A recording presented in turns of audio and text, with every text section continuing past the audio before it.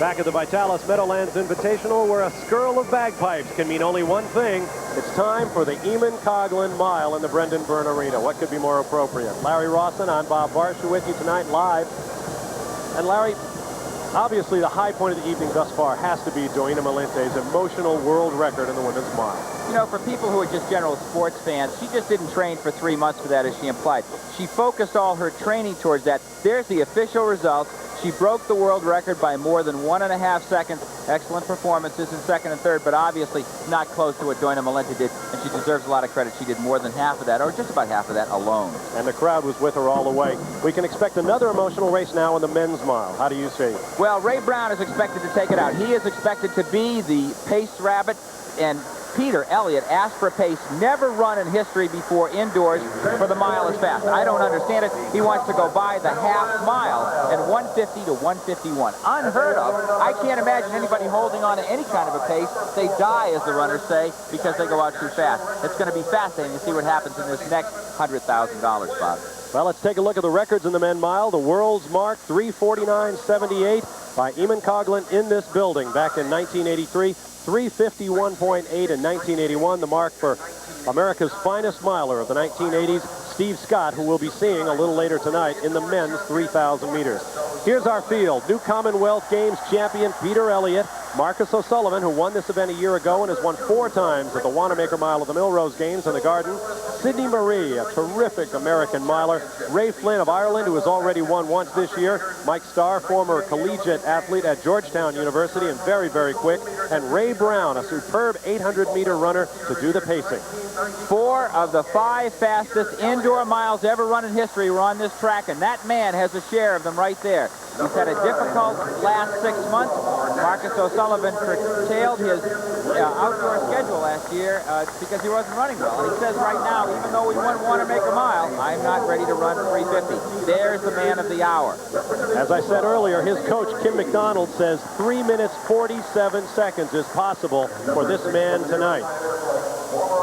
That is just unbelievable. There is Sidney Marie, who lives in Pennsylvania, trains there, and is in excellent early season shape.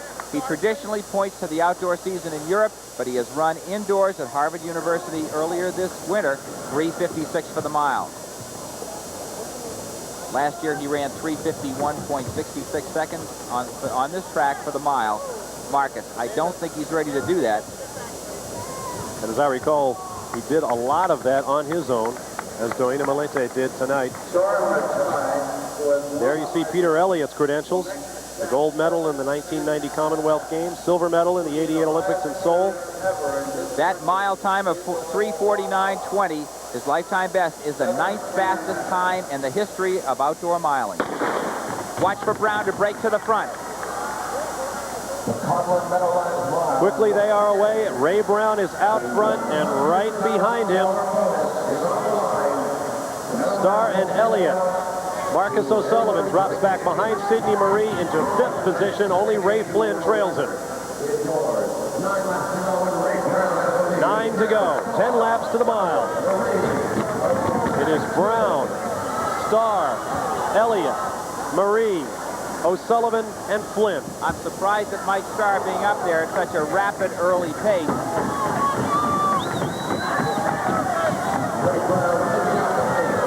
There goes Elliott. That's smart. Get up and get close to the rabbit. Don't let anybody interfere with what you want for pace. Look at him draw up on Brown and get close. Mike Starr's best, just I say, 3:57.25, so we don't anticipate him staying up there. But this is the kind of field where personal records fall as well as possible world records. They are right on schedule. 55.8 for the 440 yards for the split. This is a very good start for this mile effort. But a big gap to the leader, the pace setter, Ray Brown. Elliott in 2nd place. Now here comes Marcus O'Sullivan challenging Mike Starr. That's not what he wants to do. Starr in the maroon shorts, number 6. Marcus O'Sullivan and Sidney Marie.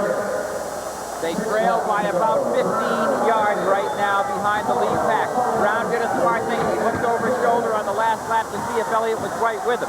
This is a key part of the race right here. Can they go by in 1:52 or better? There is Ray Brown to the left of your screen. The red-haired Peter Elliott to the right. He's right where he wants to be, and meanwhile, Marcus O'Sullivan is not. He is buried in the middle of that second pack. 1:53. Unofficially for 880 yards. That's a 3:46 mile pace. I think he's still got an excellent shot. Let's see, Brown is going to run about one more lap to try and hold this pace.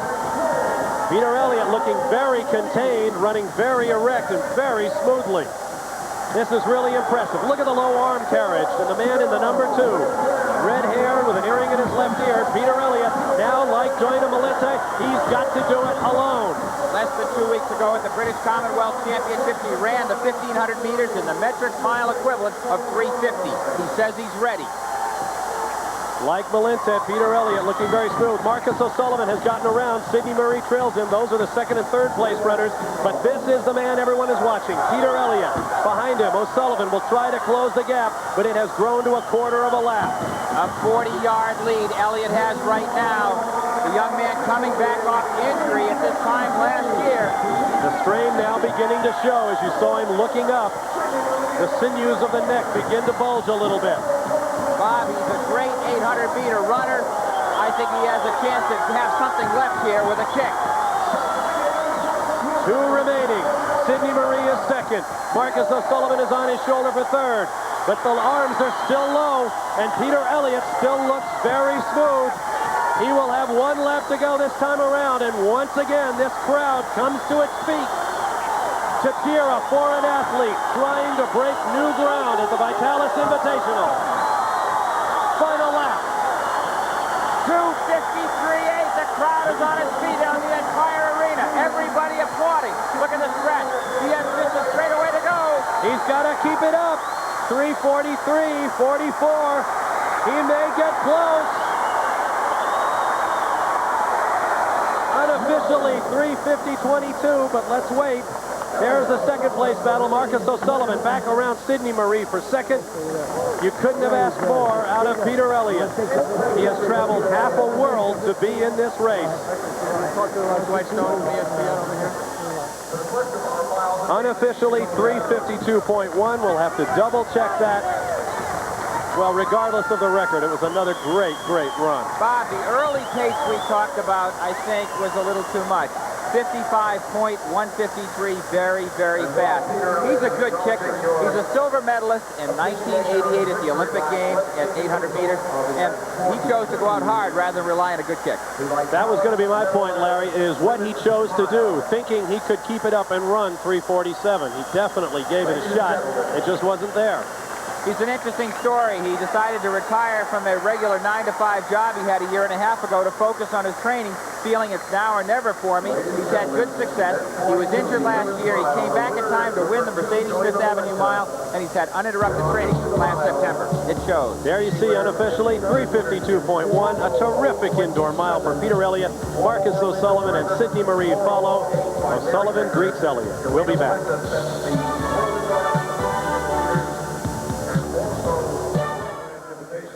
Welcome back to the Vitalis Meadowlands Invitational. I have the men's mile winner, Peter Elliott. Peter, I think you found out how good 3:49.78 is tonight, but it's one of your first times on a small track like this. That's right. It's not one of my first times. It's the first time this year I've flown in from New Zealand. But no, I thought I was in shape to do it tonight, but it is a lot harder than people think. And it's just unfortunate. Maybe next year I'll come back and have a crack next year. But I'm a little disappointed. I don't know what kind of shape I'm in, but maybe I'm just a week too early with traveling up from New Zealand. But that's how it goes. You think the early pace might have been a little too much? 1:53.8 was the 800-meter time. No, I was quite pleased with that, but I didn't expect the guy Stoll getting in between me and the pacemaker. And then I had to sort of waste energy going past him. You know, we knew what the pace was going to be. We knew it was going to be fast. So what the point the guy was going up there when he was only going to drop back again, I don't know. I'd rather been able to just get onto sort of the pacemaker's shoulder and run a nice fluent race. But that's how it goes. Congratulations. At least you got a British record out of it. Well, that's right. Yeah, I've got a British record, so I can be pleased with that. What's money anyway? Look forward to a good season.